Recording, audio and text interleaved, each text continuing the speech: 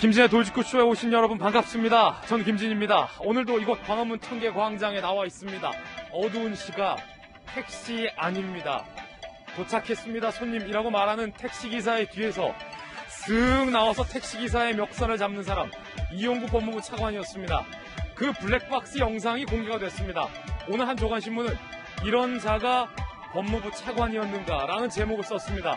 그 영상, 그 장면 공개할 텐데요. 과연 이런데도 경찰이 특가법을 적용하지 않았다는 것에 대해서 황당할 따름입니다. 잠시 후에 자세한 이야기, 자세한 영상 공개하겠습니다. 저는 비가 오나 눈이 오나 매일 아침 이곳에서 여러분을 기다리겠습니다. 김지의 돌직구쇼 지금 라이브로 시작합니다. 잠깐만요.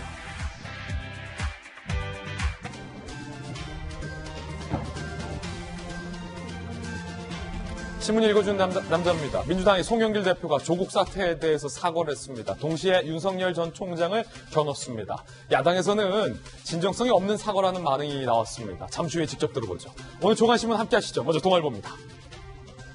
조국 털어내고 윤석열 겨누는 여. 오늘 동아일보 일면 헤드라인 톱뉴스입니다. 국민의 눈높이에서 걷겠다라며 고개를 숙인 송영길 대표. 청년들에게 이 조국 사태로 인해서 좌절과 실망을 줬다라는 사과를 했습니다. 여당 대표로서는 두 번째 사과라고 하지만 공식적인 사과로서는 사실상 처음이라는 평가도 많습니다. 동시에 윤석열 전 총장의 가족 비리도 똑같이 수사를 해야 한다라고 윤 전 총장을 야권의 대선 주자로 부상하고 있는 윤 전 총장을 정면 겨냥했습니다. 그런데 동시에 정청래 의원, 김용민 의원 등은 조국 사태에 대해서 왜 사과를 하느냐라고 사실상 당대표의 사과에 반발을 하기도 해서 논란이 일고 있습니다. 잠시 후에 다뤄보죠. 다음 신문입니다.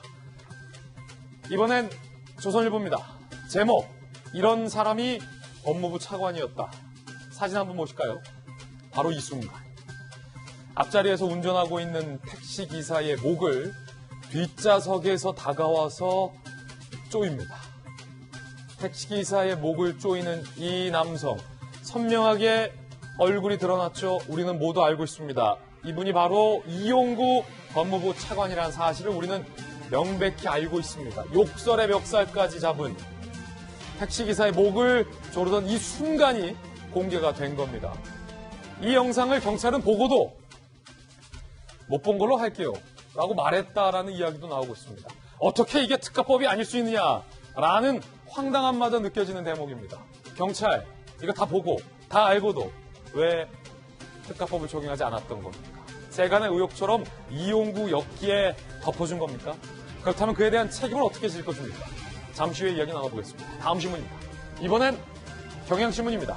BTS의 신곡 Butter, Butter, Butter, Butter 빌보드 1위를 차지했습니다. 아미에게 영광을 돌렸고 싱글 차트 핫100 정상에 올랐습니다. 네 번째 핫샷 1위입니다. 다이너마이트가 흥행했던 것 이상으로 흥행하고 있습니다. 대단합니다. 지금까지 신문 읽어주는 남자였습니다.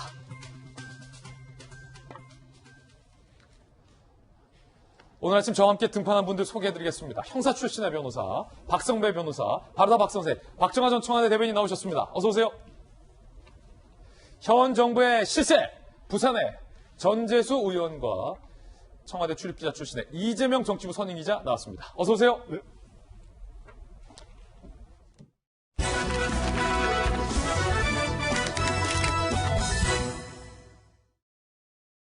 민주당의 송영길 당대표가 조국 사태에 대해서 청년들에게 좌절감과 실망감을 줬다라며 사과를 했습니다.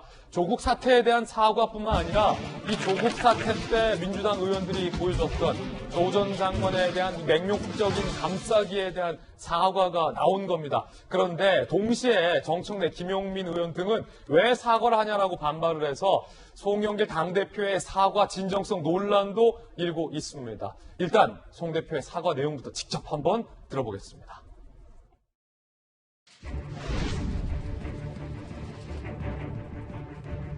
이를 처리하는 우리 민주당 모습에 많은 국민들에게 실망을 끼친 바 있습니다. 딱히 법률에 저촉되지 않는다 하더라도 조국 전 장관과 관련해서 법률적 문제는 재판이 진행 중인 상황. 일부 언론이 검찰의 주장을 일방적으로 받아쓰기 하며 융단 폭격을 해온 것에 대한 반론 요지서로 이해하고 있습니다. 윤석열 전 검찰총장의 가족 비리와 검찰 가족의 비리에 대해서도 동일하게 적용되어야 할 것입니다. 민주당은 국민과 청년들의 상처받은 마음을 헤아리지 못했던 점을 다시 한번 사과드립니다. 송영길 대표의 사과, 조국 사태에 대한 사과 들어봤습니다. 야당에서는 어떤 반응을 보였을까요? 야당의 반응도 공히 전해드립니다. 송 대표는 조국 장관의 의혹이 딱히 법률에 저촉되지 않는다며 회고록 또한 반론 요지서쯤으로 이해한다고 하니 자기 변명과 궤변으로 조 장관을 엄호한 연장선상 그 이상도 그 이하도 아닙니다. 송 대표의 사과에 영혼은 없었습니다. 말의 성찰, 속빈 강정이었습니다. 송 대표의 사과와 야당의 반응도 한번 들어봤습니다. 민주당의 전재수 의원님, 송영길 당대표에 대한 사과를 두고 여당 내부에서 평가도 엇갈리고 있고 야당은 지금 반발을 하고 있는데 전재수 의원님께서는 송 대표의 어제 사과 어떻게 보셨습니까?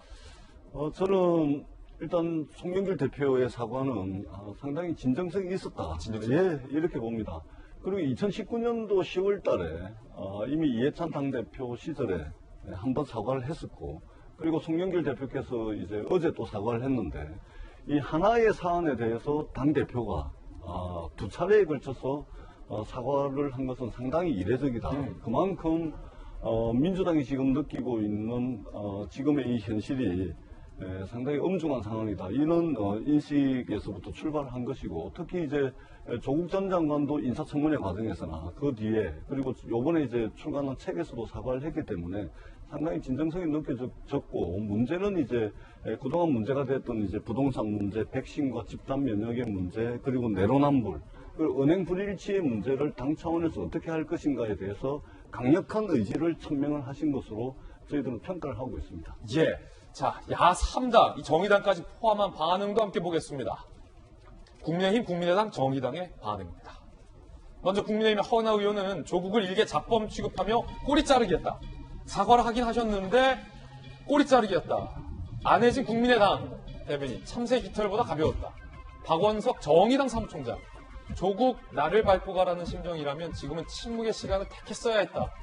라고 조 전 장관에 대한 비판까지 정의당은 함께 하고 있는 그런 상황인데, 송영길 대표에 대한 사과에 대해 전재수 의원의 이야기 들어봤고, 야당에서 박정하 전 청와대 대변인께서 보시기에는 어떻게 평가하십니까? 글쎄요, 뭐 상대당에 관한 문제에 대해서 뭐 반발할 것도 없고, 저희는 오히려 뭐 상황 자체가 이렇게 가는데 크게 나쁘지 않다고 보여집니다. 오히려 조금 논란이 있는 게 저희 당에서 지금 보여주고 있는 변화의 물결과 오히려 상대적으로 민주당이 보여주고 있는 이런 그 모습들이 저는 국민들이 보면서 판단하리라 생각이 되기 때문에 그런 말씀을 드리는데요. 아쉽게도 시작은 뭐 단어는 이렇게 돼요. 송영길 대표께서 뭐 다시 한번 사과, 통렬하게 반성, 이제는 국민의 시간이니 이러면서 국민의 판단을 구하는데요. 그 뒤에 보면은 윤석열 전 총장의 가족 얘기가 나오고, 특히나 조국 전 장관에 대한 책에 대해서 언론의 융단 폭격에 대한 반론이다, 이런 취지의 말씀을 하시면서 저는 일부에서 평가하는 것처럼 그냥 반쪽 사과, 껍데기 사과, 말뿐인 사과 아니었나라는 생각이 듭니다. 그래서 아쉽게도 민주당이 송영길 새 대표의 지도부가 오면서 한 달 지나면서 한 세 번째 고비라고 저는 보여지는데, 첫 번째는 장관 인사청문회 과정, 두 번째는 당신께서 직접 얘기했던 부동산 정책에 관한 과정, 그리고 지금 이 과정인데 끝내 강성 지지자들의 고비를 못 넘어가는구나 라는 느낌이 들었어요. 그래서 향후 그전에도 말씀드렸습니다만 이런 새로운 지도부의 의지와 강성 지지자들의 반발, 여기서 과연 지도부는 어떤 걸 선택할 건가, 그리고 지금 또 대권 주자 간에도 반응이 좀 다른데 그 대권 주자 간의 이 서로 다른 반응들이 향후 청와대의 관계, 당과의 관계에서 어떤 식으로 작용할 건가, 이런 것들을 좀 유심히 지켜볼 대목 아닌가라고 어제 봤습니다. 야당을 대표해서 박정하 대변인의 견해였고요. 민주당 당 내에서도 이야기가 엇갈립니다. 당이 나서서 왜 사과를 하느냐라는 사실상의 반발도 나왔습니다. 이야기 들어보시죠. 민주당이 이걸 나서서 사과할 부분은 아니다 생각합니다. 오히려 이 사건을 자꾸 그렇게 뭐라고 할 게 아니라 윤석열 검찰총장이었던 사람이 자신의 대권을 위해서 정치적인 야욕을 위해서 자기 상급자를 정치적 희생양으로 삼은 사건이다. 검찰권 남용의 대표적인 사건이다. 그 부분을 끊임없이 지적해줘야 된다. 오늘 오면서 조사해보니까 한 15만 권 정도 지금 나간 것 같아요. 아마 올해 최고의 대형 베스트셀러가 될 것 같은데 그동안 숨겨졌던 진실들을 하나씩 좀 세상에 드러내지 않을까 이런 우리 당 의원들도 그리고 국민의힘 야당 의원들도 한번 좀 읽어보고 그리고 다시 좀 재평가를 해봤으면 좋겠어요. 당대표는 통렬하게 사과했는데 당 안에서 김용민, 정청래 의원 등은 이거는 사과할 일이 아니다라는 결이 다른 메시지를 내고 있습니다. 이재명 기자, 당원들만 쓸 수 있는 글을 쓸 수 있는 민주당의 당원 게시판에는 여러 글들이 지금 올라오고 있다는데 특히 송영길 대표의 사과에 대해서 반발성 글들이 많이 올라오고 있다면서요? 그렇죠. 지금 조금 전에 보셨던 김용민 최고위원이라든지 정청래 의원, 강성 친문이다 우리가 흔히 이렇게 표현하고 있는데 그리고 당원 게시판에서도 이제 강성 친문이라고 불리는 이제 당원을 중심으로 해서 지금 보시는 것처럼 어제 송영길 대표의 사과를 두고 송 대표 사퇴해라. 잘못한 게 없는데 왜 사과하느냐. 조국에 대한 의리도 못 지키는 민주당이다. 조국한테 사과해도 모자랄 판에. 뭐 이런 이제 글들이 쭉 올라오고 있는 거죠. 그렇기 때문에 어제의 사과가 저는 대체 어떻게 봤냐면 굉장히 진단은 정확했습니다. 근데 사과는 엉뚱했죠. 그렇게 수밖에 없었던 게 지금 바로 보신 것처럼 그런 강성 친문들의 어떤 반발에 결국은 어정쩡한 사과를 할 수밖에 없는 그런 국면에 몰렸던 게 아닌가 생각이 드는데 진단이 왜 정확했냐면 어제 송영길 대표가 이렇게 얘기했습니다. 그러니까 이 조국 전 장관 사태 그리고 박원순 오거돈 전 시장 성추행 문제 이런 거에 있어서 그 사건 자체도 문제지만 그것을 처리하는 민주당 태도에 국민들이 실망하고 분노했다라고 진단을 했죠. 그럼 거기에 대해 사과를 했어야죠.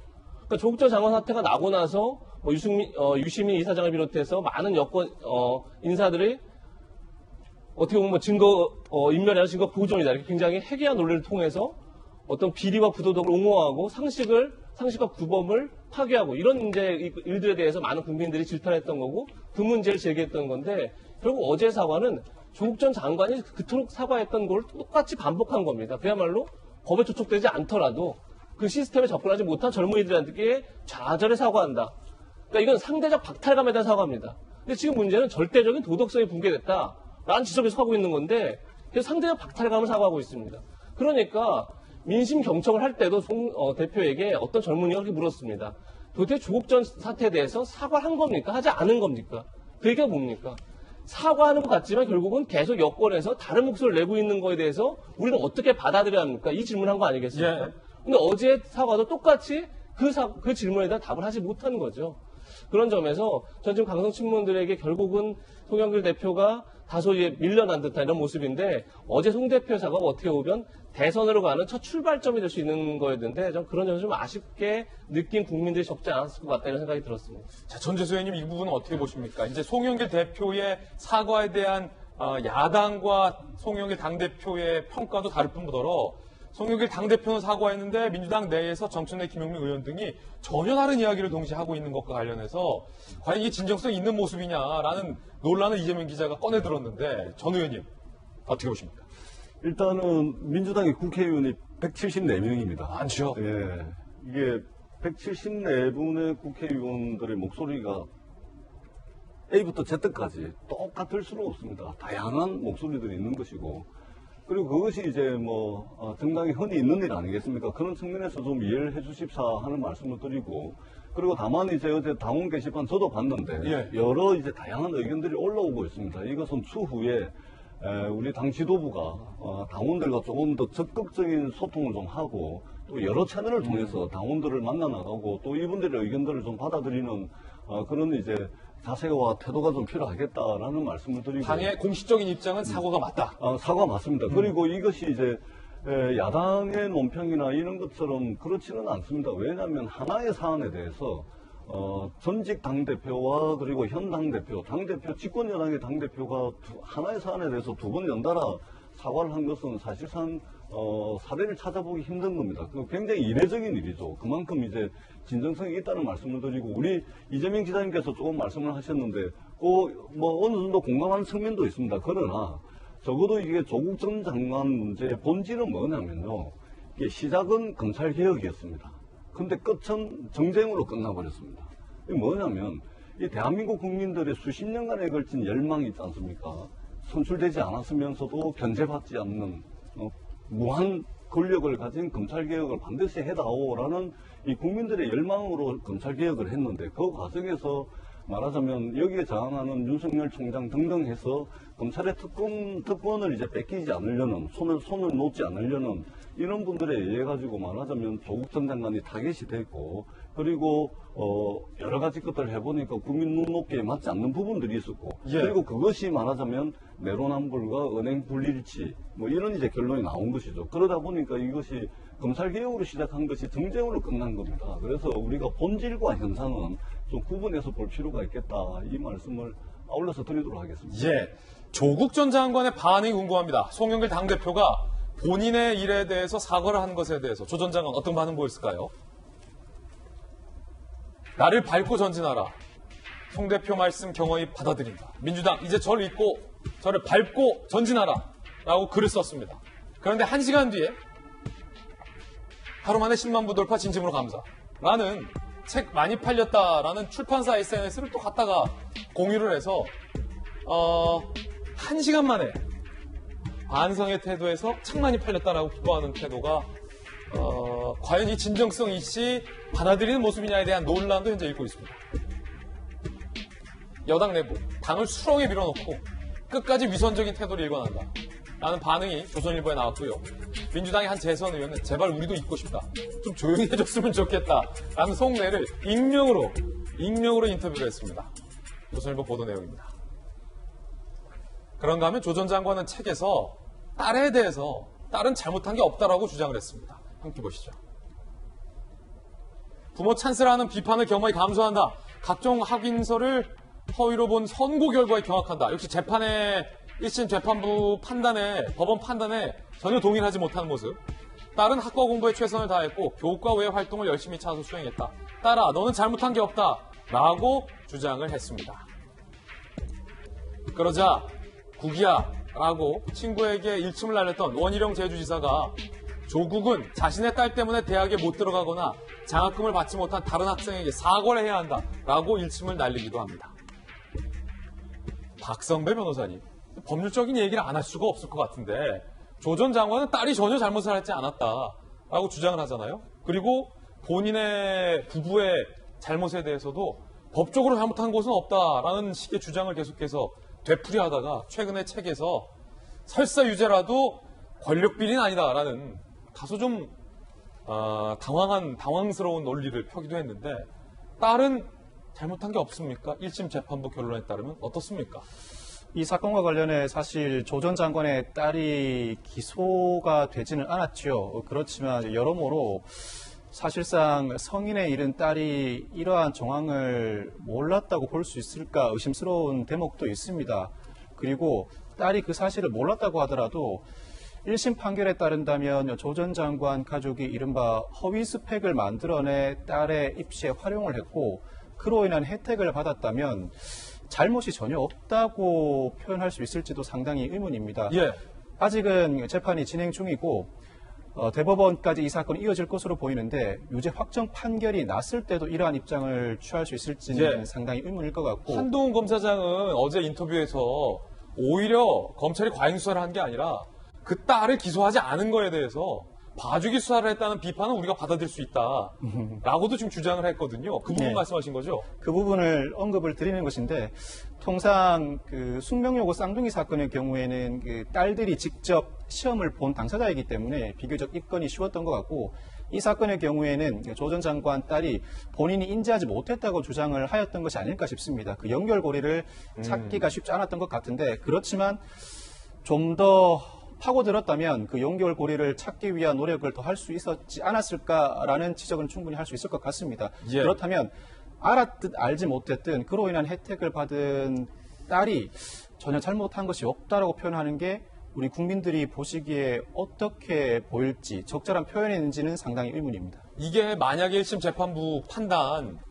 이제 3심까지 다 이어진다면 1심 재판부는 명확하게 표창장 등 허위 스펙 등은 위조됐다 라고 했기 때문에 딸이 이걸 모를 수가 없어요. 1심 재판부 얘기를 하면. 이 기자, 그렇지 않습니까? 내가 하지도 않은 봉사활동에 대해서 봉사활동 잘하고 영어 가르쳤다고 표창장을 받았네? 그거를 내가 대학에 입시에 활용을 했네? 대학 입시에 활용한 주체가 딸 아닙니까?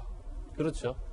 그런 점에서 저는 조금 전에 전재수 의원께서 이렇게 말씀하셨습니다. 시작은 검찰개혁이었는데 마지막은 정쟁만 남았다. 실제 정쟁이 남아있죠. 그러니까 이게 여권에서는 검찰개혁을 추진하려던 조국 장관을 타겟으로 표적으로 놓고 수사했다. 이것이 여권의 이제 인식인 거고, 야권은 반대로 조국 전 장관의 비리가 나오니까 검찰개혁을 앞세워서 검찰을 무력화했다. 정쟁이 남아있습니다.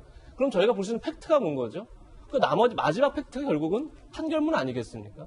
저는 결국 판결문을 통해서 이 사안을 봐야 되는데, 판결문에서 분명히 7개의 스펙 전체가, 그러니까 조민 씨에 대한 스펙이 모두 허위다, 가짜다라고 판단을 했습니다. 특히나 일부 스펙은 서울대 인권법 센터의 스펙은 조국 전 장관이 직접 허위로 만들었다고까지 했습니다. 그런 상황에서 과연 이것이 그냥 정쟁으로만 남겨져야 되는 건지 이런 생각이 들고, 결국 판결문에서 그 당시 재판부는 이렇게 일침을 놨습니다.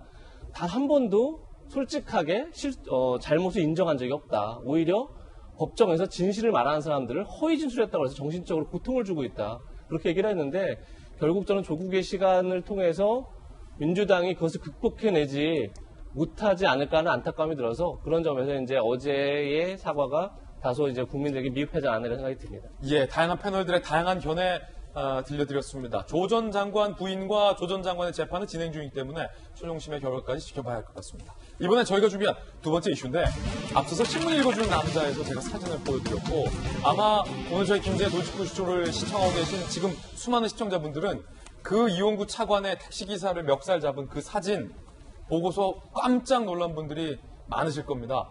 택시기사를 폭행했구나 라고만 우리가 알았지, 저 장면 이번에 공개된 게 처음이기 때문입니다. 자, 직접 한번 볼까요? 바로 이 장면입니다. 섬뜩하기까지 하고요. 어두운 시각, 택시기사가 도착했습니다. 손님 여기 내려드리면 될까요? 라고 묻자 뒤에서 욕설을 합니다. 이용구 차관이. 그러자 택시기사가 돌아보고 지금 저한테 욕설을 하신 거냐? 라고 항의성으로 묻자 이용구 차관이 욕설을 하면서 앞으로, 그러니까 뒷좌석에 탄 이용구 차관이 앞으로 몸을 덮칩니다. 택시기사의 목 부분, 앞에 있는 목 부분까지 멱살을 잡은 거예요. 뒷목을 뒤에서 이렇게 잡은 게 아니라 앞으로 몸이 나와서 멱살을 잡은 겁니다. 얼마나 무서웠을까요? 택시기사 입장에서는.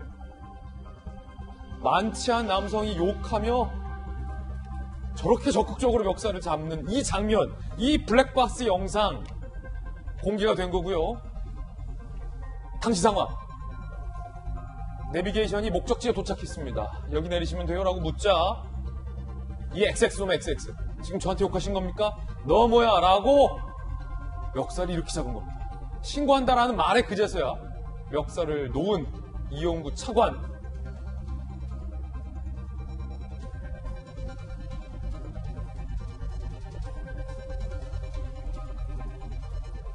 이 블랙박스 영상을 경찰은 보고도 못 본 걸로 할게요 라고 사건을 덮었다라는 게 세간의 의혹입니다. 이 영상을 보고도 어떻게 덮을 수 있었을까? 어떻게 특가법을 적용하지 않을 수 있었을까? 이 물음 앞에 오늘 황당하기까지 합니다. 시청자 여러분들의 생각은 어떻습니까? 자, 박성배 변호사님, 이걸 보고 어떻게 못 본 걸로 할게요 라고 할 수 있습니까? 경찰 출신이지만 냉정하게 얘기 좀 해주세요. 이 차관이 최근 경찰 조사 과정에서 당시 술에 취해 기억이 나지 않는다고 진술하면서도 이 블랙박스 영상 등을 보고는 혐의를 인정하는 취지로 진술했다고 합니다. 이 당시에 블랙박스 영상 등을 본 수사관은 차가 멈춰 있네요, 못 본 걸로 하겠다라고 언급했다고 하는데, 이 차가 멈춰 있었다고 하더라도 아직 택시기사가 운전석에 앉아서 잠시 정차한 상태에 불과하기 때문에 이 블랙박스 영상 등을 보면 충분히 특가법상 운행 중으로 평가할 수 있을 것 같습니다. 당연하죠. 그럼에도 불구하고 당시 수사관은 양측이 합의를 했다면 내사 종결을 해야 할 것으로 보인다는 전제 아래 이 영상을 보고도 차가 멈춰 있으니까 굳이 특가법상 운행 중이라고 해석하지 않고 사건을 종결하겠다는 판단을 한 것으로 보입니다. 부적절한 판단이었던 것은 분명히 보입니다. 그리고 그 과정 가운데 윗선으로 올라갈수록 이용구가 누구인지 검색돼보고 아유 공수처장이 되실 수도 있는 분이네 라고까지 경찰은 인지를 했다는 겁니다. 그러면서 현재 경찰은 상급 경찰서에 보고하지 않았다라는 말만 되풀이하고 있는 상황입니다. 자, 그뿐만이 아닙니다. 택시기사 딸에게 1,000만 원을 송금해줬다라는 내용도 오늘 보도가 됐는데 그 내용 보고 이용구 차관이 오늘 낸 입장도 그 이후에 보겠습니다. 함께 보시죠. 폭행 이틀 뒤 택시기사 딸에게 1,000만 원 송금. 자, 이 블랙박스 영상 이용구 차관 사건 발생 이틀 뒤 영상을 삭제해줄 수 있냐. 1,000만 원을 합의금으로 택시기사 딸의 명의 계좌로 송금을 해줍니다. 1,000만 원이 합의금이면 매우 큰 금액입니다. 통상의 합의금 범위를 넘어선다는 게 관계자들의 이야기고요. 경찰 조사에서 택시기사는 이용구 차관이 기사님이 내려서 뒷문을 열고 나를 깨우는 과정에서 멱살 잡은 걸로 하면 안 되겠냐라고 당시 상황을 조작하는 요청도 있었다라고 택시기사가 주장을 합니다. 자, 법조계는 이 차관이 택시기사 본인 아닌 딸의 명의의 계좌를 이용한 것 보호하는 염두에 둔 조치다 라고 말을 하며 당시 상황을 왜곡하는 걸 1,000만 원을 건네면서 요청한 것에 대해서 굉장히 부적절하다는 지적도 나오고 있습니다. 논란이 뜨거워지자 그리고 블랙박스 영상도 공개되자 이용구 차관이 입장을 냈습니다. 조금 전에. 이용구 차관의 입장은 이렇습니다. 영상 속 폭행 가해자 맞다라고 인정했고요. 다시 한번 택시기사분에게 사과한다라고도 했습니다. 사건 이틀 뒤 1,000만 원을 송금해 준 것이 맞다라고도 인정했고요. 공수처장 후보로 거론되던 상황이었다라고도 인정했습니다. 통상의 합의금보다 그렇기 때문에 많이 줬어야 했다라고 설명했습니다. 그리고요. 합의금은 다만 영상을 삭제하고 말고의 조건이나 전제 없이 그냥 어떤 조건 없이 드린 거다라고 이용구 차관이 주장을 하고 있습니다. 블랙박스 영상 삭제의 대가가 아니다라고도 이 차관은 주장을 했습니다.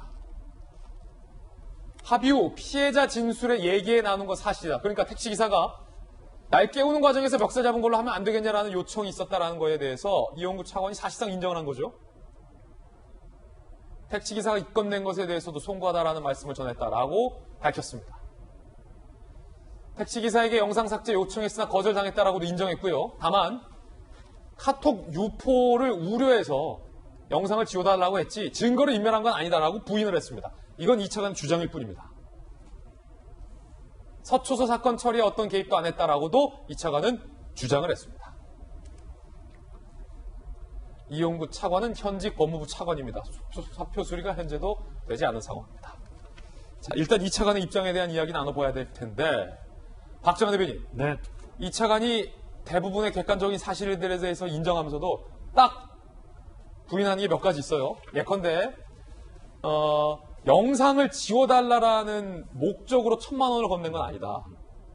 이거는 굉장히 법률적인 판단을 한 걸로 보여요. 증거인멸 교사를 한 건 아니다라는 것을 부인하고 있는 것으로 보이는데 어떻게 보십니까? 사건이 꽤 많이 흘렀고 이 차관이 이 사건에 대해서 구체적인 입장을 낸 것도 블랙박스 영상이 공개되고 경찰 거짓말이 들통나자 뒤늦게 입장이 나온 거거든요. 어떻게 보십니까? 지금 앵커가 말씀 주신 그 이용구 차관의 입장이라는 게 이렇게 길게 저희가 지금 보고 있는데, 빼박이라고 하나요? 뭐 이게 어쩔 수 없는 상황?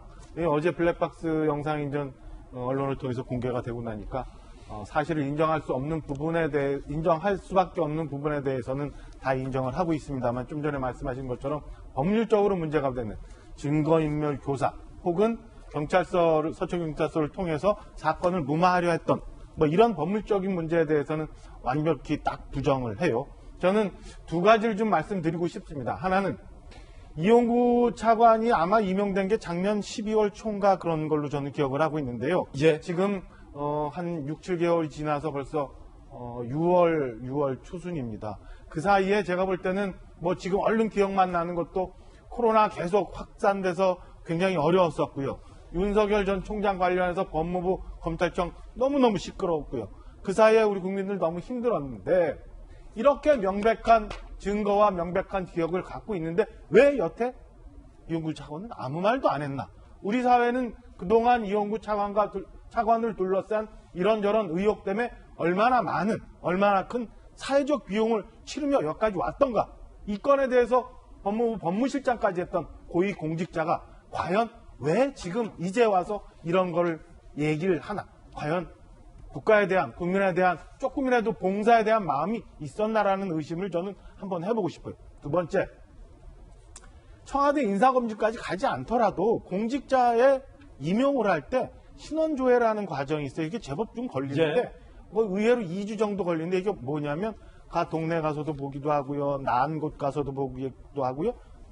경찰의 평판조회 같은 것도 봐요. 그럼 이런 게 저는 임용 당시에 분명히 걸러졌으리라고 봐요. 청와대 인사검증 과정 아니어도 경찰서에만해서도 이런 게 보여졌는데 왜 그럼 이 정부는, 왜 청와대는 청와대 인사검증 기준까지 가지 않고 일반 공무원들을 임용할 때도 거치는 이런 과정에 분명히 나올 수가 있는 건데도 불구하고 왜 임용을 하나? 무엇을 가리려고, 무엇가 두려워서 저는 이런 생각을 좀 해봅니다. 그래서 뭐 사건 자체는 지금 뭐 블랙박스 영상을 통해서 다 나왔습니다만 우리 사회는 그동안 뭐 했나? 그리고 왜 이런 사람을 청와대는 무리해서 임용을 했나? 어디까지 보고가 됐나? 이런 것들을 저는 차근차근 좀 따져봐야 된다고 말씀드리고 싶습니다.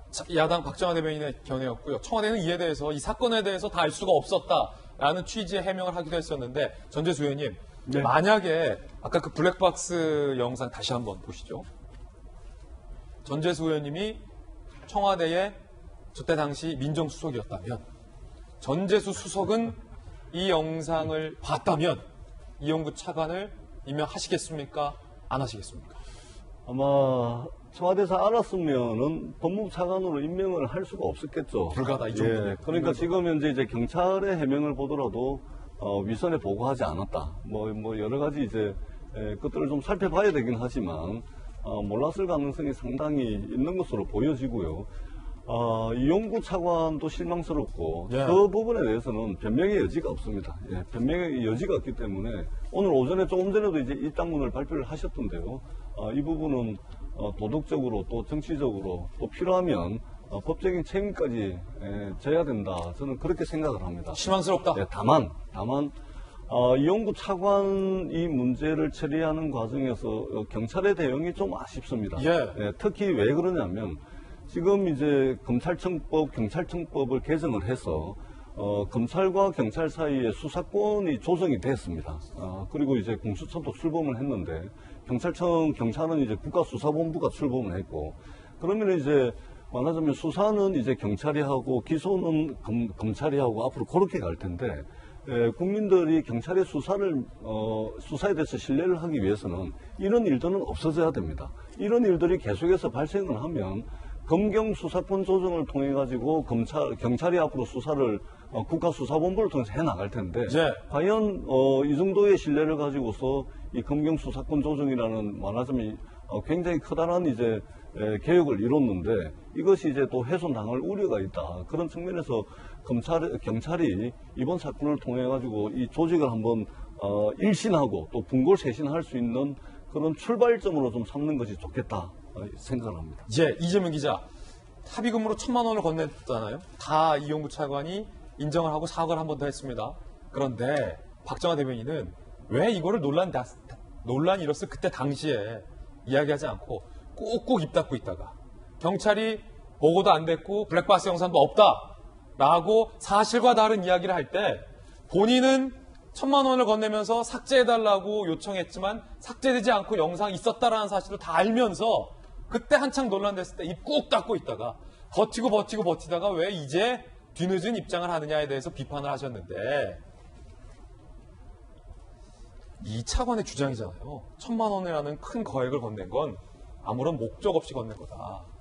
이 차관의 마음이 그렇다 하더라도 저희들이 객관적으로 보기에 1,000만 원을 주면서 영상을 삭제해달라고 요구하는 게 명백한 팩트인데 이거를 영상 삭제해달라는 대가성이 아니다라는 이 차관의 주장을 이거 믿고 싶은데 어떻게 믿어야 됩니까? 그 입장문이 나온 이유 자체가 지금 경찰이 증거인멸 혐의로 지금 택시기사를 입건했고 그 다음에 다시 이용구 차관을 증거인멸 교사로 입건을 했죠. 그렇기 때문에 이제 이 입장문을 낼 수밖에 없는 그런 상황에 몰린 게 아닌가 싶은데 얘기한 것처럼 지금 이용구 차관의 입장문을 주장한 이겁니다. 그러니까 합의금을 건네면서 그 조건으로 블랙박스 영상을 삭제해주면 1,000만 원을 드리겠습니다는 아니었다는 거죠. 1,000만 원으로 합의를 한 다음에 그 이후에 영상 삭제를 요청했는데 중요한 건 그쪽에서 거절했다. 그래서 이루어지지 않았다는 겁니다. 그러니까 사실은 오늘 나온 많은 기사들 1,000만 원을 건넸다. 그리고 영상 삭제를 요구했다. 그리고 또 하나가 뭐냐면 거짓 증언을 요구한 게 하나 있죠. 네. 그러니까 지금 저희가 블랙박스에 본 것처럼 내리셔야 된다고 그랬더니 갑자기 욕설을 하고 그래가지고 왜 욕을 하냐고 그랬더니 바로 앞으로 앞자로 나와서 그러니까 앞자로 몸을 앞으로 내밀어서 이제 그 멱살 잡는 그런 장면이 다 찍혀 있지만 그게 아니라 자신을 내리라고 뒷문을 열고 자신을 깨우는 과정에서 멱살 잡음을 해달라. 그게 왜 한 거죠? 사실 왜곡까지. 그거 분명한 겁니다. 지금 블랙박스 영상을 보면 이미 택시기사가 운전을 잡고 있습니다. 그리고 시도에 걸려 있습니다. 누가 보더라도 특가법상 승하차를 위한 일시적으로 정차한 것을 운전 중으로 본다라는 것이 너무 명확하게 떨어지는 거죠. 그러니까 그렇지 않게 해달라고 요청한 겁니다. 그 부분까지 다 인정을 합니다. 근데 중요한 건 의도가 그렇지 않다는 걸 지금 이제 입장을 정리하는 거죠. 쉽게 해서 거짓 증언을 요구한 거에 대해서도 굉장히 죄송하다. 하지만 택시기사께서 결국은 거짓 증언을 안 했다. 그랬더니 거짓 증언을 요구한 게 아닌 게 된 거죠. 그리고 블랙박스 영상도 합의금을 주면서 요구한 게 아니기 때문에 증거인멸을 교사한 게 아니다. 이렇게 이제 본인이 주장하는 건데, 그래서 경찰 이 부분을 어떻게 이제 입장을 냈으니까 어떻게 받아들이고 이 부분을 어떻게 처리할지 같이 봐야 될 것 같습니다. 예. 전재수 의원님 아까 돌직구 날렸어요. 경찰의 대응이 참 실망스럽다. 이 영상을 보고도 어떻게 이걸 덮을 수 있단 말입니까? 과연 이용구 사태를 대하는 경찰의 모습을 어디까지 우리 국민들이 신뢰할 수 있겠습니까? 참 안타까운 대목이었습니다. 이번에 저희가 준비한 다음 순서입니다. 오늘 핫한 분들만 3분 모아봤습니다. 핫쌈 지금 공개하겠습니다. 윤석열 전 검찰총장, 한예슬 씨, 이재명 지사. 자, 윤석열 전 총장이 백넘버 2 달고 출마하겠다라고 지인들에게 말한 것으로 전해졌고요. 한예슬 씨가 공개 연애를 선언했는데 이 남자친구분이 과거에 유흥업소 접대부가 아니었냐라는 논란이 일었고 한예슬 씨는 전혀 사실이 아니다라고 부인을 했습니다. 이재명 지사가 지금까지 자가격리를 많이 당했는데 백신 접종을 언제 하는지에 대해서도 보도가 돼서 설명을 해드리겠습니다. 핫쌈 첫 번째 윤석열 전 총장 뉴스입니다. 백넘버 2를 달겠다. 지인들에게 이렇게 밝혔다고 하는데 함께 보시죠. 백넘버 2는 국민의힘으로 입당하겠다라는 거죠. 지인들에게 백넘버 2 달고 대선에 나가겠다. 제3지대나 신당 창당은 현재 내 마음속에 있지 않다. 윤 전 총장 측근, 윤 총장 정당을 기반으로 대선 출마하겠다는 생각 붙였다. 특별한 사정 없다면 국민의힘에 합류한다는 계획이다. 라고 국민일보는 보도했습니다. 이름들이 비슷해서. 지인들에게 지금은 배낭에 준비물 넣고 등산 시작하려는 단계. 산길을 오르는데 폭우가 쏟아져 길이 끊기면 다른 길로 가야 할 것 아닌가. 라는 진로 변경 가능성도 이야기를 했다라고 이 신문은 보도를 했습니다. 그러면서 정권 교체에 대한 강력한 의지를 표명했다라고도 중앙일보는 보도했습니다. 함께 보시죠. 장제원 의원과 만나서 강한 어조로 문 정권이 굉장히 상식에 안 맞는 일들을 많이 해왔다라고 밝혔다는 거예요. 국정 운영 이렇게 해서는 안 되고 정권 반드시 교체해야 하겠다라고 정권 교체의 의지를 강력히 표명했다라는 게 장제원 의원의 주장입니다. 정권 교체를 반드시 하겠다, 국민의힘에 입당을 하겠다, 백넘버 2번을 달겠다라는 이야기들이 지금 나온 건데 굉장히 구체적인 국민의힘으로서 대권 주자로 뛰겠다라는 의지 표명으로 해석이 될 것 같은데 박정환 대변인, 네. 지금까지 제3지대를 할 거냐, 대선은 나올 거냐, 언제 만약에 합류할 거냐, 뭐 이런 의문들이 많았는데 일거에 요 며칠 밝히네요 다. 윤석열 전 총장 관련한 기사가 막 쏟아지고 있잖아요. 여기에 뭐 지금 저희가 본 거 외에 뭐 사무실을 어디 구한다 아니면 뭐 참모들을 어떻게 구성한다라는 얘기까지도 나오고 있는데요. 저는 큰 물줄기는 이제 잡힌 거 아닌가라는 생각이 듭니다. 그러니까 좀 전에 뭐 또 다른 측근은 해서 아직도 뭐 등산하는데 길은 다른 길도 있다라고 했지만은 그거는 가장 큰 효과를 위해서 이렇게 약간 그 기사를 교정하는 그런 정도의 의도가 있지 저는 큰 상황은 잡혔다고 보여져요. 그래서 6월 11일 다음 주 이제 국민의힘 지도부가 구성이 되고 당이 이제 안정화되면 저는 애초에 생각했던 것보다 빠른 시간 내에 윤석열 전 총장이 국민의힘에 입당을 해서 대권 레이스의 시작부터 다른 주자들과 같이 시작부터 같이 갈 개연성이 굉장히 높아졌다라고 조심스럽게 판단을 하고 싶습니다. 그래서 지금 뭐 경선 과정, 전당대회 과정에서도 뭐 경선 레이스 관련해서 이런저런 시기 논란도 있습니다만 그런저런 부담마저도 나는 국민의힘이라는 당에 부담을 주지 않겠다. 그다음에 시작부터 같이 하겠다라는 것을 내부적으로 정리하고 곧 조만간 저는 윤석열 전 총장이 국민들 앞에 이제 정치인으로서 등장한 날이 머지 않았다라는 생각을 이후 며칠 기사를 통해서 느끼게 됩니다. 사실 지금까지의 관측은 정치 선언을 해도 뒤늦게 시간을 끌다가 뒤늦게 할 것이다. 그리고 입당을 하더라도 뒤늦게 선언을 할 것이다. 컨벤션 효과를 위해서 이런 관측이 많았는데 6월 초에 사실상 어떻게 할지에 대해서 다 선언을 해버린 거라는 분석이 굉장히 의외라는 설명도 있는데요. 전재수 의원님, 상대당에서 보시기에 이제 대선을 치러야 하는 적장이 될 수도 있는 강력한 후보 중에 한 명이지 않습니까? 그림이 그려지기로는 상대당의 많은 대권 주자들이 있잖아요. 뭐 홍준표, 안철수, 그다음에 원희룡, 그리고 윤석열, 유승민 이런 분들이 함께 이제 뭐 대권 주자 토론회를 돌면서 저 중에서 이제 한 명으로 선출되는 과정을 거치겠다라는 의미를 선언한 것과 관련 다름없는데 어떠리라고 예상하세요? 그때도 계속 이렇게 지지율이 높아서 원만하게 강력하게까지 완주할 것이라고 보십니까? 아니면 뭐 변수가 있다고 보세요? 우리 김진행국에서 이제 적장이라고 말씀하시는데 예. 뭐 경쟁의 상대죠. 경쟁의 예, 상대. 그렇습니다. 일단은 저는 우선적으로는 확실히 품격 있는 표현. 네, 제가 이제 윤석열 전 총장의 처지와 입장이라면 예. 기본적으로는 정치를 하지 않겠죠. 예, 왜냐하면 역대 검찰총장들 중에서 정치권으로 가신 분이 없습니다. 왜 그러냐면 혹여 이제 정치권으로 가게 되면 자기가 검찰총장, 검찰 조직의 수장으로 있으면서 수사했던 이 모든 것들의 정당성 또는 이제 정치적 중립성 이런 것들이 다 깨지기 때문에 그동안 역대 총장들이 단 한 분도 예.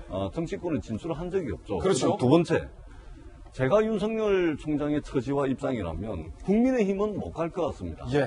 국민의힘 국회의원들이나 국민의힘 관계자들의 눈을 똑바로 보면서 2번 달고 출마하겠다 뭐 이런저런 말씀을 못 할 것 같아요. 왜요? 왜냐하면 사람이라는 게 이게 자기가 그동안 과거에 해온 일이 있지 않습니까? 그리고 그 일을 통해서 오늘을 살아가는 정당성을 획득을 하게 되는 것인데 이명박 박근혜 대통령 감옥에 보냈지 않습니까? 예. 근데 감옥에 그분 대통령을 배출한 정당에 가서 대권 후보가 되겠다.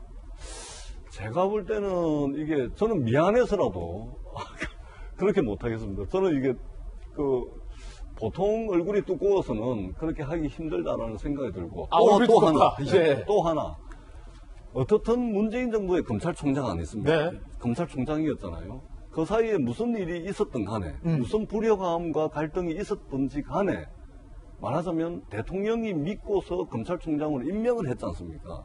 근데 문재인 정권의 비상식적인 일들이 많다. 문재인 정권을 정권 교체를 해야 된다. 그리고 그 반대편에 가가지고 대선 주자로 나서는 모양새가 아무리 우리가 21세기를 살고 있지만 동양적 가치에서 보면 뭔가 자신을 믿고 맡겨줬던 주군에 대한 어떤 의리랄까 또는 뭐 신이랄까 이것이 21세기적 가치에는 맞지 않는 것이긴 하지만 예. 그래도 우리가 이 동양적 가치와 철학, 동양적 사고에 의하면은 조금 좀 그렇지 않습니까? 그렇기 때문에 저는 윤석열 전 총장이 당당하게 2번을 달고 출마하겠다 이런 것들이 참 이게 어떤 측면에서 보면은 대한민국 정치의 수준을 보여주는 것인 것 같기도 하고 또 향후에 검찰의 정치적 중립성이나 이런 부분들이 상당히 우려가 됩니다. 어떻든 뭐 정치의 그동안 외곽을 쭉 돌면서 기회를 계속해서 봐오셨는데 기왕에 할 거라면 빨리 등장을 하셔서 신비주의가 아니고 국민들께 나의 비전을 제시를 하고 그렇게 해서 국민들로부터 평가를 받고 또 의혹이 있다면 그것은 검증 과정을 통해서 당당하게 전면에 나서서 하시는 게 맞지 그동안 자맹을 하고 기웃거리고 외곽을 돌고 뭐 이런 것이 아니고 이제는 좀 전면에 나서서 비전을 밝히는 것이 저는 이치에 맞겠다 예. 이렇게 생각을 합니다. 네, 민주당 전재수 의원님의 의견이었습니다. 그래서 드리는 질문인데 이재명 기자, 사실 국민의힘 일각에서는 이명박 박근혜 전 대통령을 구속시킨 윤석열 총장이 어떻게 이 당의 대권 주자가 되느냐라는 불신을 갖고 있는 분도 상당히 많거든요. 그렇기 때문에 윤 전 총장을 향해서 많은 전문가들이 전망하기로는 국민의힘에 입당을 하더라도 본인이 이명박 박근혜 전 대통령을 구속시킨 것에 대해서 본인이 결자 해지하는 무언가를 해야 한다. 그런 발언이나 어떤 선언 같은 거를 해야 한다. 그 강을 건너야 한다. 라는 필요성에 대해서 많은 분들이 예측했잖아요. 그게 어떤 방법이 될 것인가에 대해서는 아직까지 나온 게 없어요. 어떻게 되리라고 예측하세요? 어떤 방법이 필요한 게 아니라 사실 윤석열 총장이 등장하자마자 기자들이 가장 먼저 질문하게 사실 그 부분입니다. 예. 그래서 거기에 대해서 본인이 답변이 있어야 돼요. 정리된 답을 갖고 있지 않은 상태로 등판할 수 없는 거죠. 그런 점에서 얘기한 것처럼 글쎄 이제 이명박 박근혜 전 대통령을 구속하고 한 문제가 이제 본인이 어쨌든 간에 적폐청산에 있어서 가장 이제 중요한 역할을 했었고 윤석열 전 총장 스스로가 예. 그리고 나서 지금 일부 지금 국민의힘 의원들도 사실 수사 대상이 됐던 의원들이 있었고 그런 차원에서 이미 국민의힘에서 일부에서는 어떤 사과를 요구하는 그런 이제 기자회견도 있었죠. 그런 점에 있어서 본인이 아직 이제 본인 스스로 입장을 내놓지 않은 상황인데 이게 만약에 사과해도 웃긴 거예요. 아, 내가 검찰총장으로서 두 분 전직 대통령 감옥에 보냈는데 수사가 잘못됐습니다. 죄송합니다. 이럴 수도 없잖아요. 그럴 수는 없죠. 왜냐하면 자기 스스로의 정당성을 다 부인할 수 없는 거죠. 그런 점에서 뭐 어떻게 답변할지 사실 좀 예상 가능합니다. 제 어떻게요? 개인적으로는 예. 굉장히 이제 당시는 본분에 충실하는 거죠. 그런데 본분에 충실하는 과정 속에서 다소 검찰의 수사에 있어서 어떤 미흡했거나 혹은 그것 때문에 상처받은 분들이 있다면 뭐 사과드리겠다 이런 식으로 애매모호한 절충적인 그런 발언을 할 것 같은데 그렇더라도 어쨌든 간에 본인이 등장과 함께 그 부분에 있어서 정리를 안 할 수 없기 때문에 이게 만약에 정리된다 하더라도 이 기자 추가 질문. 만약에 국민의힘의 대권 주자로 된다. 그럼 상대 후보 민주당의 누군가가 대권 토론회에서 묻지 않겠습니까? 이명박 박근혜 전 대통령 구속시킨 수사 잘했다고 보세요? 라고 물을 거 아닙니까 상대당에서.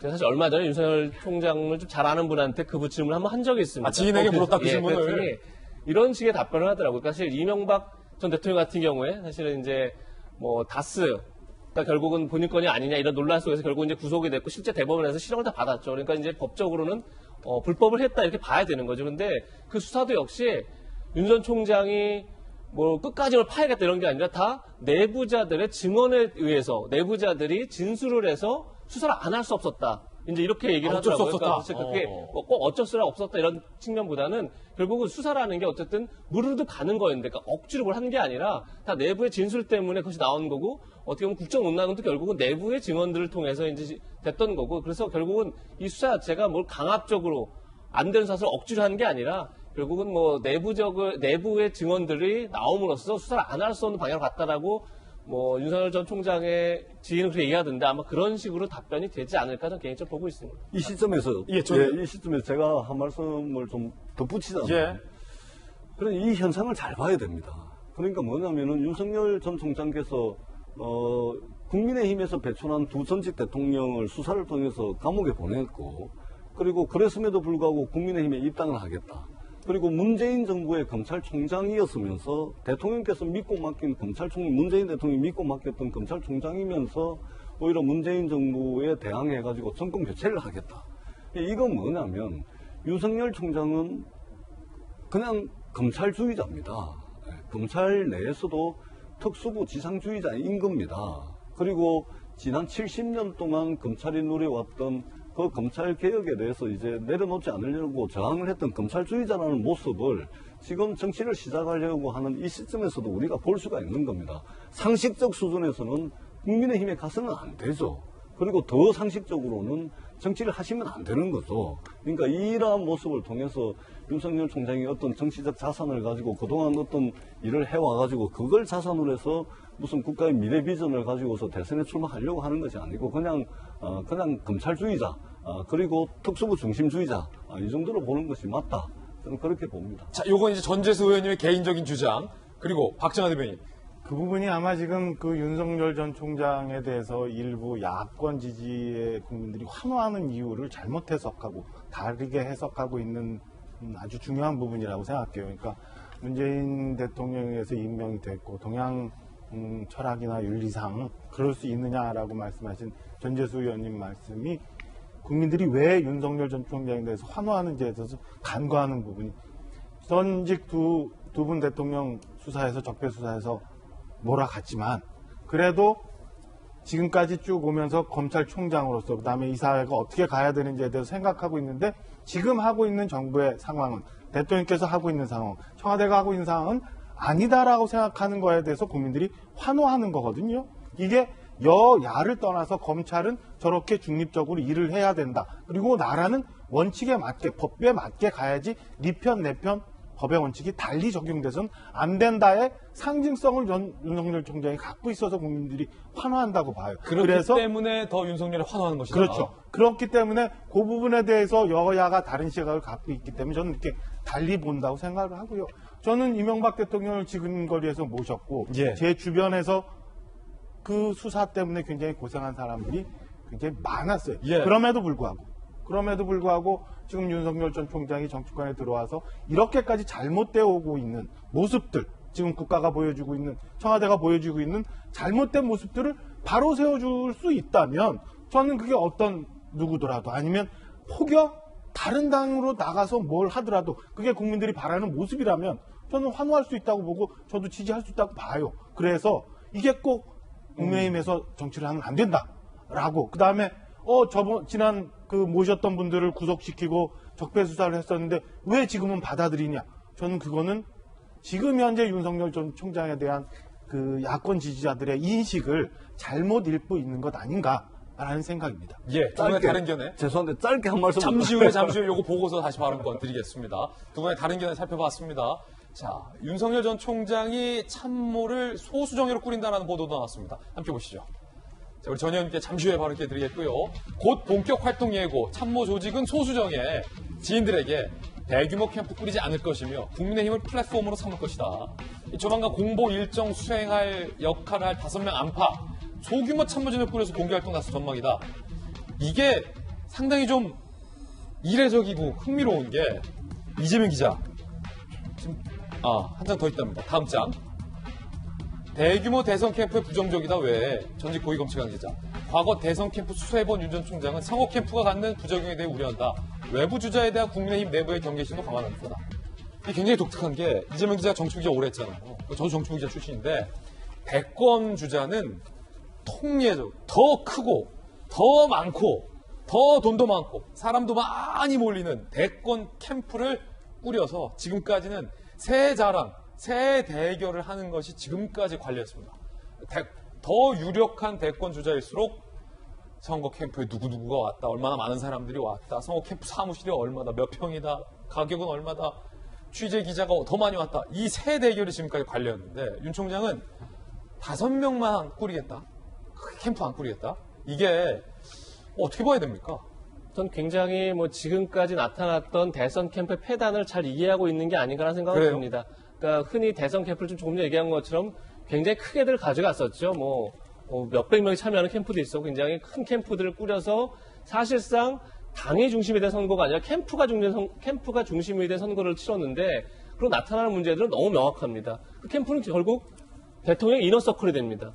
그리고 나중에 정권을 잡고 나면 당연히 다 농고 인사를 하게 되죠. 그러니까 결국에 권력의 폐쇄성을 갖게 되는 하나의 출발점, 시작점이 바로 이제 대선 캠프인 거죠. 지금까지 누구누구 캠프가 다 청와대로 가고 장관도 하고 그렇죠. 이렇게 됐다. 그러니까 결국은 인사의 폐쇄성을 가져오게 되고 권력 운영의 폐쇄성을 갖고 오는 것 자체가 이제 캠프 운영에서 나오는 거고 또 하나가 이제 윤석열 총장이 특수부 검사로 이제 수사를 많이 했던 것 중에 대선 자금 수사 하나 있죠. 특히나 이제 2002년 대선 이후에 직후했던 이제 안대희 중수부장 했던 수사에도 참여했던 걸로 알고 있는데 그때도 결국 이제 캠프 중심으로 해서 많은 이제 자금들이 오가게 되고 거기에서 이제 비리가 발생하는 거죠. 그런 점에서 캠프를 소규모로 꾸리고 당 중심으로, 당 조직을 중심으로 선거를 치르겠다 하는 발상은 굉장히 굉장히 합리적이고 지금까지 나타났던 모든 패단들에 대해서 잘 이해하고 있는 게 아닌가 그렇게 생각하고 있습니다. 자, 그런가 하면 연희동 뒷골목 동행에 함께했던 30대 시사평론가 장해찬 씨의 이야기도 한번 들어보겠습니다.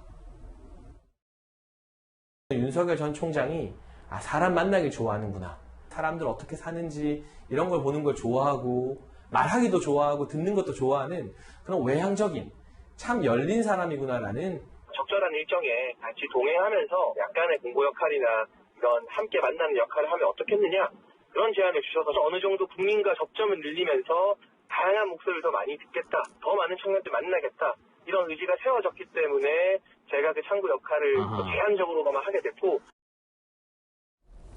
제한적으로 맡게 됐다라는 발언도 있었습니다. 자, 그런가 하면 윤석열이 뜨자 추미애도 떴습니다. 추미애 전 장관이 다시 윤석열 전 총장을 몰아붙이기 시작했습니다. 법치를 조롱하는 검찰, 중단 없는 개혁만이 답니다.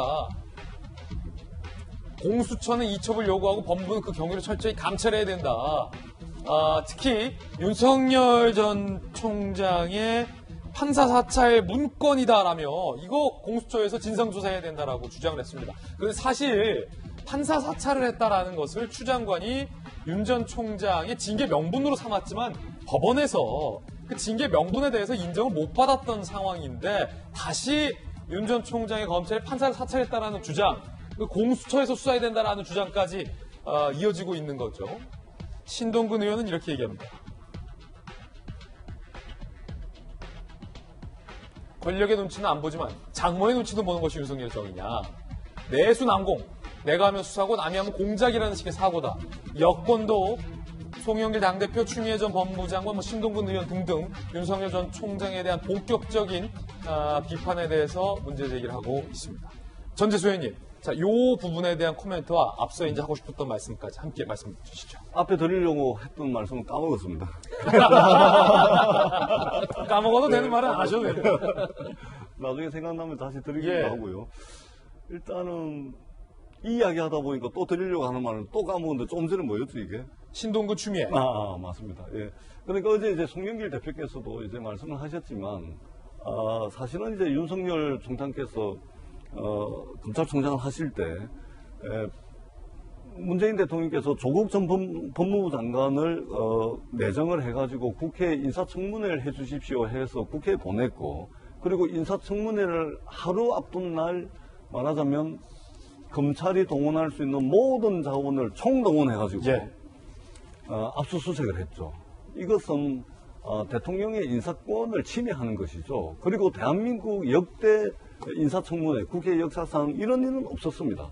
인사청문안이 국회로 넘어와가지고 인사청문회 일정이 잡히면 그것은 정치의 시간이 되는 것이지 검찰의 시간은 절대 아니거든요. 인사청문회가 끝나고 난 뒤에 대통령의 인사권을 최대한 보장을 하고 난 뒤에 그 이후에 해도 말하자면 수사가 얼마든지 가능합니다. 특히 조국 전 장관에 대한 수사는 당장 무슨 증거를 인멸할 만한 그런 것도 없습니다. 이미 과거에 다 한 일들이기 때문에.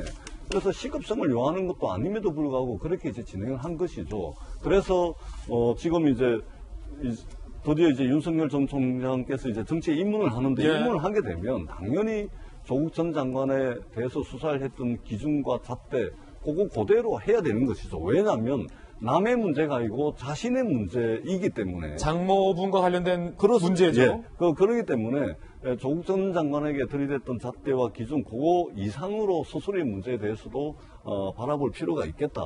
저는 그렇게 생각을 합니다. 만에 하나 윤석열 총장께서 엊그제 장모에 대해서 비즈니스를 하시는 분이다. 저는 비즈니스 뭐 제조업을 했는지 IT 사업을 했는지 잘은 모르겠습니다만 10원 한 장 남에게 피해를 준 적이 없다라고 말씀을 하시는데 그렇게 하시면 정말 큰일 납니다. 왜냐하면 자칫 잘못하면 남에게는 가혹했던 자신의 잣대, 율로남불. 윤석열이 하면 로맨스고 남이 하면 불륜이 될 가능성이 있다. 그래서 자기 자신에게는 더 철저하게 검증의 기준이라든지 또 장모가 수사를 받고 있는데 검찰이 3년을 구형을 했습니다. 이것에 대해서 10원 한 장 남에게 피해 준 적이 없다라고 말씀을 하시는 것은 스스로를 부정할 수 있는 것이기 때문에 좀 신중할 필요가 있겠다. 이렇게 생각을 합니다. 전재수 의원님의 의견도 들어봤습니다. 윤석열 전 총장 오늘의 뜨거운 핫쌈이었고요. 두 번째 핫쌈은 배우 한예슬 씨 논란입니다. 한예슬 씨가 공개 연애를 하면서 남자친구도 공개를 했습니다. 제 남자친구를 소개합니다. 라며 한예슬 씨가 남자친구를 공개하며 공개 연애를 선언한 건데요. 자, 이렇게 같이 있는 사진도 공개를 했습니다. 그러자 디스패치가 한예슬 씨의 남자친구의 과거 행적에 대해서 폭로를 했습니다. 불법 유흥업소에서 남성 접대부로 근무했던 사람이다 라고 한예슬 씨의 남자친구의 과거 행적에 대해서 디스패치가 주장을 한 겁니다. 보도를 한 거예요. 제보자 C씨가 디스패치에 이 한예슬 씨의 남자친구가 유부녀와 이혼녀에게 돈을 받았다. 한혜슬 씨와 사귀면서 9월에 그 유흥업소 가게를 그만뒀다라고 이야기를 했고, 제보자 D 씨는 한예슬이 씨가 남친을 배우로 데뷔시키려 했는데 그 과정에서 회사 이견도 있었다라고 디스패치가 상당히 구체적으로 의혹을 보도했습니다. 그러자 한혜슬 씨가 해명을 합니다. 오늘 남자친구의 예전 직업은 연극 배우였다. 유흥업소에서 일을 했던 적이 있다. 하지만 디스패치가 보도하는 그 유흥업소 접대부는 아니었다. 노래하는 곳의 직원이었다.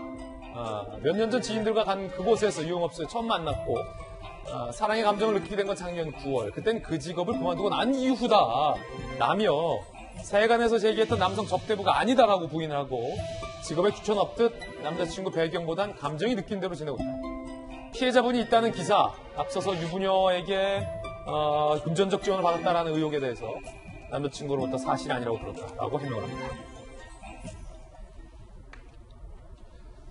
여기까지가 지금 논란과 공방인데, 형사 출신의 박성 변호사님, 이 디스패치는 제보자까지 구체적으로 상당히 보도를 하면서 흔히 우리가 얘기했었던 굉장히 어떤 불법적인 성격의 일까지 남자친구가 했다, 피해자도 있다라고 보도를 했고 남성 접대부로 근무를 했다. 하지만 한예슬 씨는 그 접대부가 아니라 그냥 단순한 노래하고 술 마시는 유흥 주점에서 그냥 일을 했던 직원이다라고 지금 부인을 했거든요. 팩트의 차이가 지금 상당히 큽니다. 누구 말이 맞는지 좀 궁금한데요. 이 보도에도 불구하고 구체적인 사실관계는 정확하게 드러나 있지 않습니다. 이 보도 내용이 사실이라고 하더라도 어떤 부분을 범죄 사실로 삼아야 할지도 불분명한 상황입니다. 그렇지만 범죄가 아니라고 하더라도 보도 내용에 인용된 제보자들의 말이 사실이라면 피해자는 존재할 수 있죠. 그렇군요. 손님 자체가 피해자일 수도 있고 손님의 가족들도 범죄는 아니라고 하더라도 피해자가 될 수는 있죠. 즉 논란으로부터 온전히 자유로운 상황은 아니라고 평가할 수 있고 이 논란은 결국 구체적인 사실관계를 정확히 밝혀내는 데에서 종결될 것으로 보입니다. 그렇지만 한예슬 씨 입장에서는 자신의 감정이 이끌려가는 대로 직업에 귀천이 없듯이 내 감정 이끌려가는 대로 이 사람을 만나게 되었다. 지금 연인으로서 관계를 유지하는 이상 아마 이 사건이 불거지고 남자친구로부터 구체적인 사실관계에 대한 이야기를 전해 들은 것 같습니다. 남자친구의 말을 믿고 싶다는 입장을 밝혔는데 연인이라면 응당 이런 태도를 취하는 게 자연스러워 보입니다. 이 사건이 어디로 그 방향이 이어질지 모르겠지만 이 사건으로 인해 한예슬 씨가 직접적인 가해자라고 볼 수는 없기 때문에 비난 대상이 되어야 하진 않겠지만 한예슬 씨도 이 남자친구를 일행 연인으로서 옹호했지만 이 사실관계가 이 사실은 남자친구가 당시 불법적인 행위를 했다는 점이 밝혀진다면 그로 인한 연예인으로서의 이미지 타격은 불가피하지 않을까 싶습니다. 남자친구가 10살이나 어리다고요? 그렇습니다. 10세 연하의 남자친구였고 열애 사실을 먼저 공개하게 되면서 즉 한예슬 씨와 교제한다는 사실이 알려지면서 보도가 이루어진 것으로 봐서는 그동안 피해자들이 자신의 입장을 밝힐 만한 기회를 잡지 못하고 있다가 한예슬 씨와의 공개 연애 사실이 공개되고 난 이후에 비로소 제보자들이 구체적인 제보를 해온 것으로 보이는데 다시 말씀드리지만 구체적인 사실관계는 좀 더 규명해 봐야 할 것 같습니다. 아니 그 몇몇 언론들이 보도했었던 한예슬 씨가 남자친구에게 굉장히 고가의 슈퍼카를 사줬다라는 의혹에 대해서 한예슬 씨가 뭐라고 해명했나요? 사실은 지금 내가 마련한 새 차를 제공해 줘야 하나 싶은 생각까지 든다고 언급을 하고 있는데 그렇군요. 차가 없다 보니까 남자친구가 걸어서 다닌다. 그래서 예전에 자신이 타고 다니던 차에 키를 주고 그 차는 공용으로 사용하고 있다고 해명을 하고 있습니다. 그래서 내가 온전한 재력이 되어서 차를 쉽게 선물해 줄 수 있는 그런 관계라기보다는 서로 돕고 돕는 관계에서 연인 관계에서 충분히 도울 수 있는 부분을 도와준다는 취지로 해명을 하고 있습니다. 그렇군요. 통상 이제 연인 관계에서는 차 없으면 같이 쓰자라고 차키 이제 공유하고 그럴 수도 있죠. 근데 이제 한예슬 씨다 보니까 그 차가 굉장히 고가의 차였죠. 슈퍼적인 카였던 거고. 한예슬 씨의 과거 이야기 한번 들어보시죠. 사실 이상형이라는 게 없긴 없는데 제일 중요하지. 어느 정도 곱슬? 프렌치 스타일 곱슬 아니면 막 파글파글 머리빨이 잘 받는 얼굴은 답이 없잖아. 곱슬. 180 이상이면 좋겠죠? 힐을 좋아하니까. 내가 힐을 신었을 때 그래도 미안함이 안 드는 정도면 괜찮을 것 같아. 여유 있는 사람이 나야지. 내가 다 할게. 뭔만 와. 예전에는 막 좀 츤데레, 멋있고 뭔가 미스테리스하고 이런 게 좋았는데 요즘은 친구 같고 편안하고 다정하고 이런 게 좋네. 자, 세 번째 핫쌈 공개하겠습니다. 이재명 지사 왜 백신 접종을 하지 않을까? 자가격리 많이 됐는데 라는 보도가 많습니다. 마침 오늘 이재명 지사가 또 백신을 접종한다라는 뉴스도 들어왔군요. 여러 차례 네 번째 자가격리가 됐었다. 그런데 지금까지 백신 접종을 안 해서 이런 보도도 나왔었습니다. 자, 네 번째 자가격리로 도정 업무에 차질. 시도지사, 시장, 군수, 구청장에게는 백신 접종을 권유했으면서 왜 지사가 안 맞냐? 라는 일각의 비난의 목소리도 나왔다는 보도가 한겨레 신문에 됐고요. 그러자 오늘 팔달구 보건소에서 아스트라제네카 백신을 접종한다라는 소식까지 나왔습니다. 이재명 기자, 이재명 지사가 지금까지는 안 맞았던 겁니까? 지금 경기서 얘기한 건 이거죠. 그러니까 지금 현재까지, 이제는 이제 백신 공급에 대해서 큰 우려가 없었지만 사실 그 전에는 백신 가뭄이다 이런 얘기가 있을 정도로 백신이 굉장히 이제 수급에 문제가 있었죠. 그러다 보니까 지사가 방역 당국은 이제 도지사들에게 먼저 맞으라 이런 걸 권고했습니다. 왜냐하면 다 지역 이제 방역 산업탑들이기 때문에. 그런데 아무래도 이제 백신 물량이 충분치 않다 보니까 본인이 마치 가로채기 한 것처럼 맞는 거에 대해서 거부감이 있었는데 결국은 지금은 이제 그 수급 문제가 풀렸고 그래서 오늘 이제 맞는다는 거고 21일인가요? 조만간 이제 이재명 지사가 대선 출마 선언을 한다고 합니다.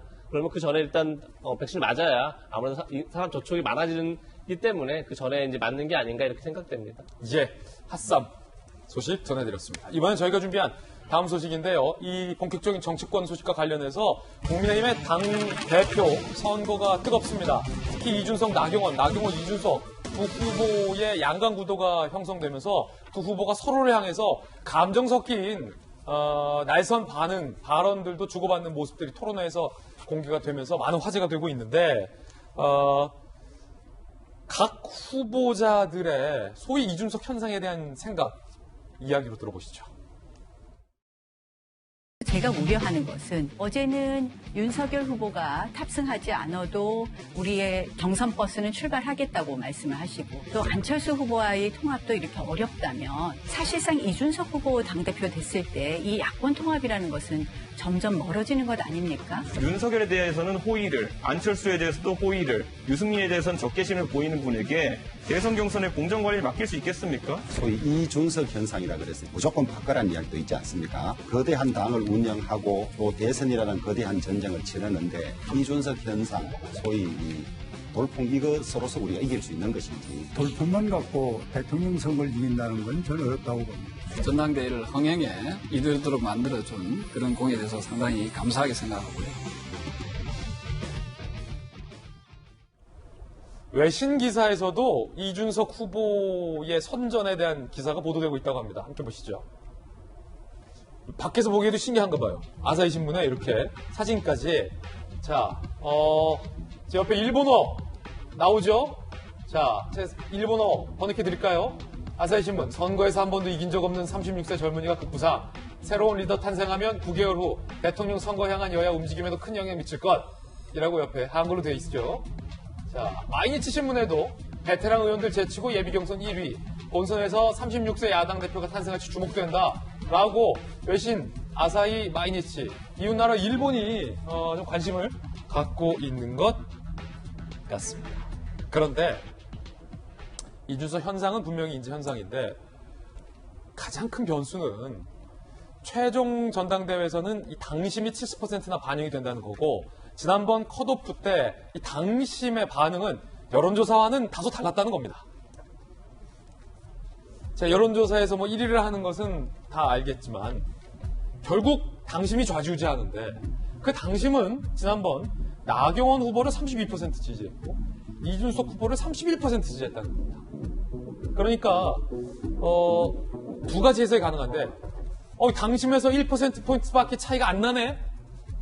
라고도 해석할 수 있고 야, 여론조사 그렇게 많이 나왔는데 당심에서는 뒤지네? 라고도 해석할 수 있다는 거예요.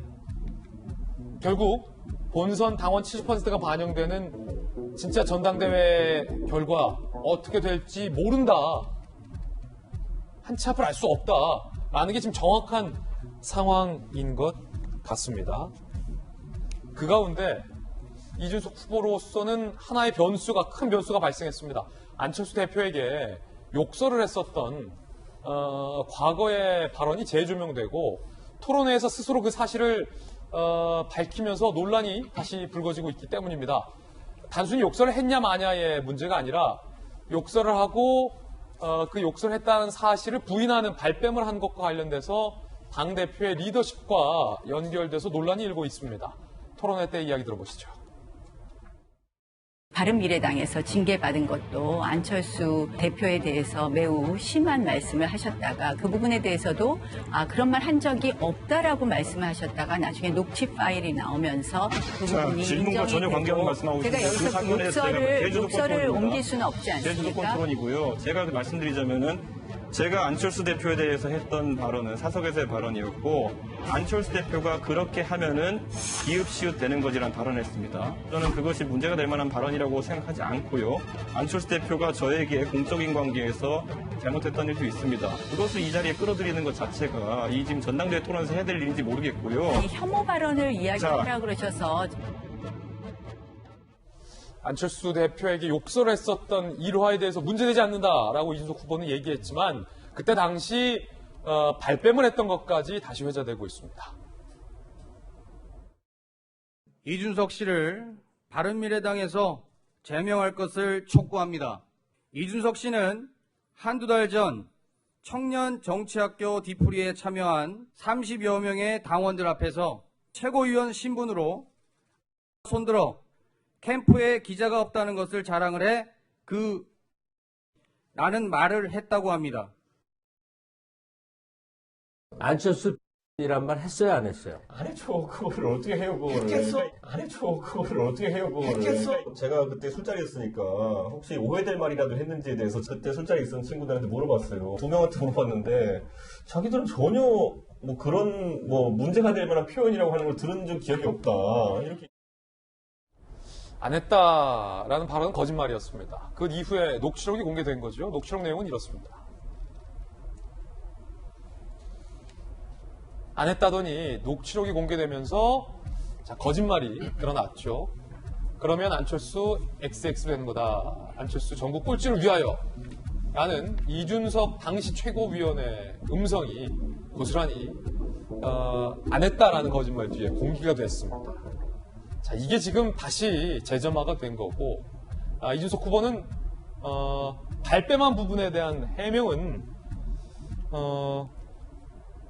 현재 하고 있지 않고요. 욕설을 했지만 문제될 건 아니다라고 입장이 현재 나온 상황인데, 자, 국민의힘 내부에서 박정아 대변인. 네. 이게 실제로 저도 좀 전화 돌려보고 취재를 해보니까, 특히 이제 많은 당원들의 선택과 관련해서 국민의힘 현역 의원들 사이에서 이 욕설과 발뺌 논란이 굉장히 지금 뜨겁던데 어떻게 보십니까? 그 당 제1야당 대표라는 게 굉장히 막중한 자리잖아요. 이런 막중한 자리에 이제 대표를 뽑는 전당대회가 진행되고 있으니까 저렇게 되는데, 뭐 저는 개인적으로 앞서 우리 화면에서 봤지만 어제 있었던 토론회에서도 이준석 후보가 그게 공적으로 문제가 되지 않고요라고 보다는 차라리 그랬는데 지금 뭐 미안하거나 아니면 사과를 한다거나 하고 정리를 하고 갔으면 더 훨씬 나았을 거다라는 생각이 우선 들어요. 그러니까 그런 면에서 다음 주 목요일날 결과가 나오고 최종적으로 어떻게 될지는 잘 모르겠습니다만 앞서 보신 것처럼 지금 그 당원들의 투표율, 그 다음에 당원들의 지지 성향 뭐 이런 거에 따라서 그리고 지금 최종적으로 결과가 어떻게 될지는 잘 모르겠습니다만 이준석 후보가 이제 1등 후보로 가고 있잖아요. 예. 그러니까 그 사이에 이준석 후보에 대한 다양한 검증이 이제 있을 텐데 그거를 이준석 후보가 어떻게 헤쳐나가느냐 그리고 지금 보고 계시는 5 후보들이 과연 끝까지 이 상황으로 이제 완주를 할 건가 아니면 그 사이에 무슨 조정이 있을 건가 이런 것들이 이제 전당대회 결과를 최종적으로 정리하지 않을까라는 생각이 듭니다. 이준석 후보 앞서도 얘기한 것처럼 일본 외신에도 소개될 정도로 지금 굉장히 젊은 바람, 변화의 바람을 불러일으키고 저희 당에도 좋은 효과를 주고 있는데요. 뭐 있었던 일이 과연 좀 문제가 있거나 뭐 이런 경우는 저는 오히려 쿨하게 사과하는 게 지금 국민들이, 당원들이 본인한테 보여주고 있는 기대감을 오히려 더 충족시키는 그런 거 아닌가라는 생각이 좀 듭니다. 그래서 앞으로 대응을 할 때 그런 식으로 대응이 있었으면 한 뭐 조언의 말씀을 이 기회에 좀 드리고 싶네요. 전재수 의원님은 어떻게 보십니까? 이 이준석 현상에 대해서 좀 부럽고 속쓰리다 이렇게 말씀하셨는데. 일단 뭐 이준석 후보가 좀 과거 발언이죠. 실수를 한 것은 분명합니다. 실수를 한 건 분명하다. 분명합니다. 그럼에도 불구하고 이준석 대세로는 더 탄력을 받을 겁니다. 아, 그렇군요. 왜 그러냐면 제가 지난번에도 말씀을 드렸듯이 지금 이 이준석 현상이라는 것은 이준석 후보를 했을 때 그 유권자들이 그 국민의힘 당원들이 알고 있습니다. 어떤 리스크가 있고 어떤 위험 요인이 있는지를 그 국민의힘 당원들이 알고 있습니다. 그러한 위험, 그러니까 경륜도 없죠, 경험도 부족하죠, 영선이죠. 그럼에도 불구하고 이준석 후보를 선택을 하는 것은 뭐냐면 제가 국민의힘 전당대 TV토론을 보니까 4선, 5선 되시는 국민의힘의 중진 의원들께서 이준석 후보한테 그냥 쩔쩔매는 이런 모습들을 봤는데 그럼에도 불구하고 이준석 후보를 선택함으로 인해서 리스크를 안을 수밖에 없음에도 불구하고 기존 정치권과 기성 정치권 싫다는 겁니다. 4선, 5선 의원들 경륜 경험 이야기하지만 그거 싫다는 거거든요. 그렇기 때문에 이준석 돌풍이 있는 것이고 그렇기 때문에 저것은 분명한 실수입니다. 그리고 한 번만에 정확하게 클리어하게 사과를 했으면 되는데 일부 뭐 거짓말하는 측면도 있고 그러나 그렇다 그래서 이준석 대세로는 흔들리지 않을 거다. 오히려 표를 더 많이 받아서 아마 당선될 거다. 저는 그렇게 보고 있습니다. 전재수 의원님의 또 흥미로운 분석이었고요. 자, 발뺌 논란이 하나 더 보도가 됐습니다. 한겨레 신문 보도에 따르면 지난 30일 일요일 오전 8시 40분 여의도 건물 앞에서 김무성 전 대표와 이준석 후보가 대화하며 걸어가는 모습이 포착이 됐었다. 알아본 시민에게 두 후분이 이제 안녕하세요라고 인사도 했었다라는 보도가 구체적으로 나왔는데 기자들이 김무성 전 대표를 만났냐라고 묻자 이 후보는 만나지 않았다라고 발뺌을 해서 논란이 됐습니다. 분명히 만났고 이런 대화까지 했다는 거예요. 김무성 전 대표가 윤석열, 안철수 포용하라. 그러자 이 후보가 반대한 적 없다. 모두 환영이라고까지 대화도 나왔는데 왜 만나지 않았다라고 했을까? 자, 이렇게까지 강하게 부인했어요. 시간이 안 맞아서 못 만났다. 본 시민들도 있는데. 회동 당일 만남 자체를 강하게 부인을 해서 또 한 번의 거짓말을 한 건 아니냐라는 논란이 일고 있고요. 며칠 뒤 만난 건 맞지만 특별한 만남이 아니다라고 뒤늦게 인정을 하는 발언이 나왔습니다. 한겨레 신문이 보도했고요. 자, 이재명 기자. 이런 부분들 뭐 작게 보자면 작게 볼 수 있고 사실 뭐 크게 보자면 크게 볼 수도 있는 사안인 것 같은데 이 기자는 어떻게 보십니까? 그렇죠. 사안 자체가 뭐 아까 들었던 과거 발언이고 이것도 뭐 만난지 안 만난지 그렇게 대단히 중요한 건 아니지만 사람들 관심 있는 거 이거죠. 제가 어제도 말씀드렸지만 이준석 후보가 과연 가벼운 어떤 처신 이게 아니라 뭔가 좀 믿을 만한 신뢰할 만한 리더십을 보여주느냐가 이번 전당대회 가장 큰 승부처다. 그러니까 이준석을 극복할 수 있느냐를 사람들이 보고 싶은 건데 결국 이제 기자들이 가장 싫어하는 게 사실 노코멘트가 아니라 거짓말 아니겠습니까? 거짓말. 이거 왜냐면 국민들의 알권리를 대변해서 기자들이 질문하는 건데. 명백한 거짓말했는데 사실 만났다고 할 수 있는 거죠. 근데 아마도 이제 지금 개파 논쟁이 벌어진 상황에서 김무성 전 대표를 만났다는 것 자체가 본인도 뭐 특정 개파의 지지를 받는 거 아니냐 이런 이제 프레임을 갖추는 걸 우려하지 않을까 싶은데 사실 별거 아닌 그렇죠. 별거 아닌 거짓말하는 거죠. 근데 아까 말씀 안철수 대표에 대한 어떤 적개적인 발언 같은 것도 이제 본인이 그냥 사과하고 넘어가면 될 문제였고 이것도 그냥 만났지만 사실 통상적인 얘기를 하는 거다라고 넘어가면 될 문제였죠. 근데 그런 점에서 제가 아까 말씀드렸지만 이준석 후보가 스스로 가벼운 처신을 극복하지 못하면 젊은 후보가 아니라 어린 후보가 돼버리는 거죠. 그런 점에서 본인이 하나의 처신 하나하나를 어떻게 정리하는지가 되게 중요해 보입니다. 이준석 후보의 해명도 한번 들어보시죠. 김무성 대표와의 만남은 굉장히 급하게 이루어졌고요. 전당대회를 경험하고 당대표를 지내본 입장에서 제가 최근에 좀 다소 언행이 과도한 지점이라는 게 있는 것들에 대해서 지적하는 부분이 많았다. 그날에 뭐 어쨌든 마주침이 특별하지 않다고 생각했기 때문에 저는 라고 해명을 했습니다. 사실 이거 별거 아닌 건데 만났다, 따끔하게 한 소리 들었다, 경청하겠다 라고 했다면 더 좋았지 않았을까 싶습니다. 60초 광고 후에 돌아오겠습니다. 잠시 후에 뵙죠.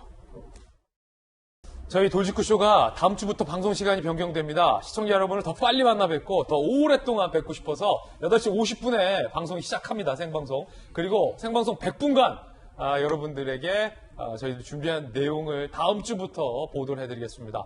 8시 50분부터 100분간 생방송으로 김재의 돌직구쇼가 더욱더 풍성하게 다음 주부터 개편을 합니다. 여러분들 방송 시간 잊지 말고 기억해 주시기 바랍니다. 오늘 저희가 준비한 소식 모두 다 전해드렸고요. 저희는 내일 아침 9시 15분에 여러분들에게 인사드리겠습니다. 오늘 하루는 분명 어제보다 나을 겁니다. 좋은 하루 되십시오. 고맙습니다.